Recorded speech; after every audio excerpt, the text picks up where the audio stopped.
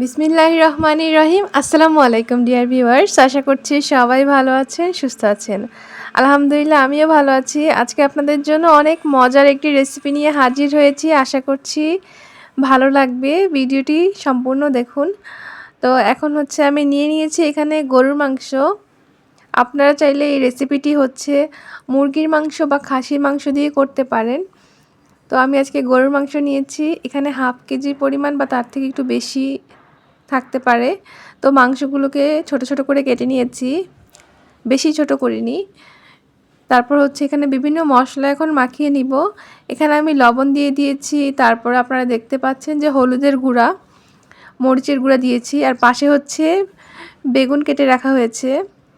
তো দেখুন এখানে কিন্তু আমরা সব ধরনের মশলা দিয়ে আজকে রান্না করব, তবে ঘরোয়া মশলা। এখানে কিন্তু সামান্য পরিমাণে হাফ চামচ পরিমাণ আদা বাটা, হাফ চামচ পরিমাণ রসুন বাটা দেওয়া হলো, আর হাফ চামচ পরিমাণ পেঁয়াজ বাটা। আর দারচিনি, এলাচ এগুলো আপনারা চাইলে বেটে দিতে পারেন বা শুকনা দিতে পারেন। আর প্যাকেটজাত মশলা কিন্তু আপনারা বেশি ব্যবহার করবেন না, এটা স্বাস্থ্যকর না। পাশে 2টি ডিম নেওয়া হয়েছে, এগুলো দিয়ে ডিম চপ করা হবে। আর এখানে যে বেগুন দেখতে পাচ্ছেন, এগুলো দিয়ে বেগুনি তৈরি করা হবে। এখানে আমি চাল নিয়ে নিয়েছি, দেখেন এখানে হাফ কেজি পরিমাণ চাল আছে। এখানে ডাল নিয়ে নিয়েছি, এগুলো মুগ ডাল। মুগ ডাল কিন্তু আপনারা একটু হালকা ভেজে নেবেন, মুগ ডালের স্মেলটা অনেক সুন্দর। একটু ভেজে নিলে খেতে খুব ভালো লাগে। আর ডালে কিন্তু রয়েছে মিথিওনিন।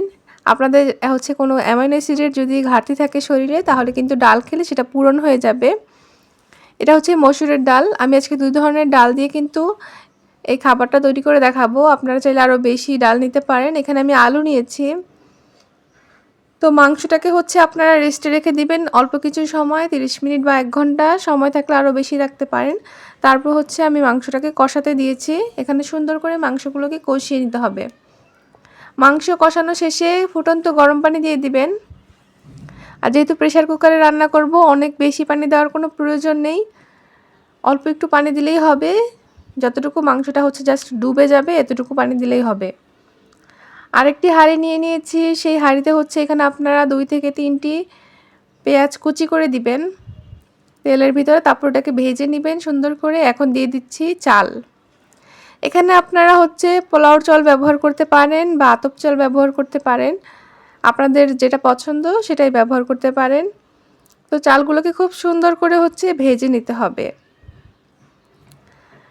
এখানে সামান্য পরিমাণে আদা এবং সামান্য পরিমাণে রসুন বাটা ব্যবহার করতে পারেন, আর না চাইলে ব্যবহার করা দরকার নেই। তারপর ভালোভাবে ভাজা হয়ে গেলে আপনারা কিন্তু পরিমাণ মতো পানি দিতে হবে। পানির পরিমাণটা হবে, যেমন আপনারা যদি 1 কাপ চাল নেন তাহলে 2 কাপ পানি হবে, এরকম পরিমাণ। তবে চালটা যদি খুব বেশি পুরনো হয় তাহলে আরও 1 কাপ পানি বেশি দিয়ে দিবেন। আর আপনারা যদি খুব বেশি শুকনা খেতে চান আজকের খিচুড়িটা, তাহলে মিল মতো পানি দিয়ে দিবেন। আর যদি একটু নরম খেতে চান তাহলে একটু বেশি পানি দিবেন। এখানে আমি এখন 2 ধরনের ডাল দিয়ে দিয়েছি, আপনারা দেখতে পাচ্ছেন। চাল এবং ডালের যে মিশ্রণে যে খিচুড়িটা তৈরি হয়, এটা কিন্তু আমাদের শরীরের জন্য খুবই খুবই ভালো একটি খাবার। কারণ এতে আমরা অনেক ধরনের পুষ্টি উপাদান পাচ্ছি। এটা ছোট থেকে বড় সবার জন্যই কিন্তু খুব ভালো একটি সুষম খাবার। এখানে কিন্তু আলুও দিয়ে দেওয়া হয়েছে। তো এখানে কিন্তু আজকে আমরা অনেক ধরনের আইটেমই ব্যবহার করলাম, আপনাদেরকে দেখালাম চাল, ডাল, আলু। তারপর এখানে আমি এখন মরিচ দিয়ে দিচ্ছি, কাঁচামরিচ। কাঁচামরিচে কিন্তু ভিটামিন সি রয়েছে।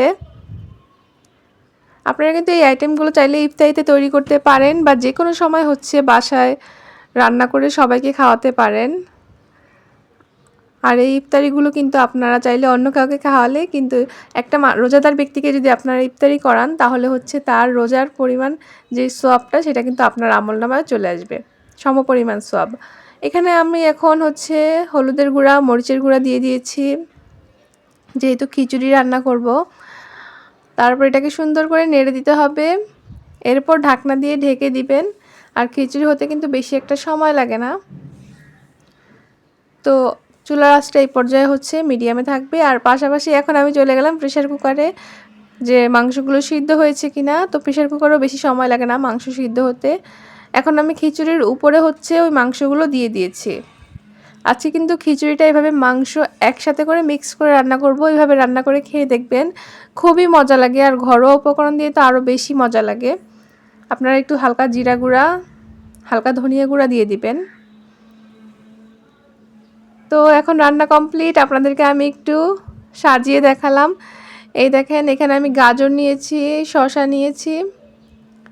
আর গরুর মাংসের এই খিচুড়িটা আমি যেভাবে দেখালাম সেভাবে যদি রান্না করে খান তাহলে কিন্তু বাসার সবাই অনেক বেশি পছন্দ করবে। কাউকে ইফতারিতে দাওয়াত করলেও কিন্তু আপনারা এইভাবে খাওয়াতে পারেন। আর এই দেখেন, আমি কিন্তু আজকে এরকম নরম একটি খিচুড়ি নিয়েছি। আমার এই ধরনের খিচুড়িটা খেতে খুবই ভালো লাগে। আর লেবু খাবেন অবশ্যই, লেবুতে রয়েছে ভিটামিন সি। প্রোটিন জাতীয় খাবারের সাথে অবশ্যই ভিটামিন সি রাখবেন। ভিটামিন সি কিন্তু আমাদের শরীরে থাকে না, এটা কিন্তু এজন্য প্রতিদিন হচ্ছে ভিটামিন সি খেতে হবে। আর এই দেখেন, এটা হচ্ছে ডিম। ভিডিওটি ভালো লাগে লাইক করবেন, কমেন্ট করবেন। ধন্যবাদ সবাইকে।